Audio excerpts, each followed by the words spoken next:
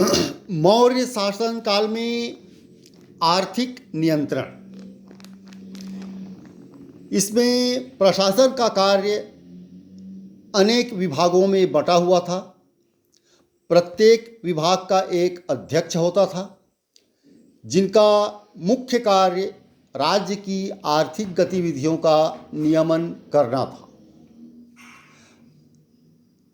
राज्य की प्रमुख आर्थिक गतिविधि कृषि थी और कृषि कार्य में दासों को लगाया जाता था। इसके अलावा व्यापार भी एक प्रमुख कार्य था और राजस्व का एक महत्वपूर्ण साधन था। अशोक के अभिलेखों के मिलने के स्थान महत्वपूर्ण राजमार्गों पर पड़ते हैं। इससे लक्षित होता है कि देश का जो आबाद हिस्सा मौर्यों के नियंत्रण में था, वही मुगलों के और शायद ईस्ट इंडिया कंपनी के भी नियंत्रण में रहा। मध्यकाल में आकर राजमार्गों के किनारे अधिकाधिक बस्तियां होने से और रकाबदार घोड़ों के प्रचलन से यातायात में उन्नति हुई। कंपनी ने जो बंदूक का प्रयोग किया, उसका आयात 1830 से लगातार वाष्प शक्ति चालित जहाज़ों से होता रहा। ऐसा लगता है कि मौर्य शासकों को बहुत बड़ी जनसंख्या का सामना नहीं करना पड़ा होगा। किसी भी तरह मौर्य सेना में 6.5 लाख से अधिक सिपाही नहीं थे।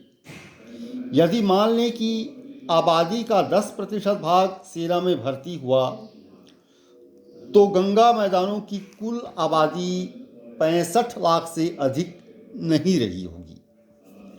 अशोक के अभिलेखों से पता चलता है कि उसका राज्यादेश पूर्वी छोर और दक्षिणी छोर के सिवा सारे देश में प्रचारित किया गया, लेकिन गहन राज्य नियंत्रण मध्य गंगा अंचल के बाहर कारगर नहीं हुआ होगा।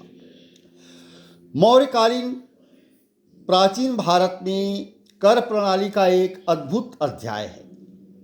कौटिल्य ने कृषकों, शिल्पियों और व्यापारियों से उगाहे जाने वाले बहुत सारे करों का नामोल्लेख किया है। इन सारे करों का निर्धारण, वसूली और संग्रह के लिए एक दृढ़ और दक्ष संगठन की आवश्यकता थी। मौर्यों ने वसूली करने और ठीक से जमा रखने से अधिक महत्व कर निर्धारण को दिया।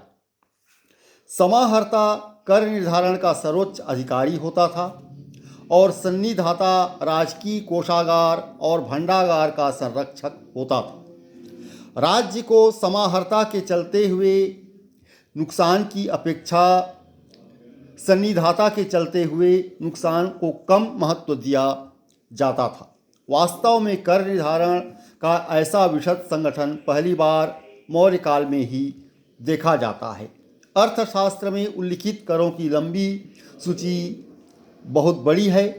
यदि ये सारे कर वास्तव में उगाहे जाते होंगे तो प्रजा के पास निर्वाह के लिए नाम मात्र बचता होगा।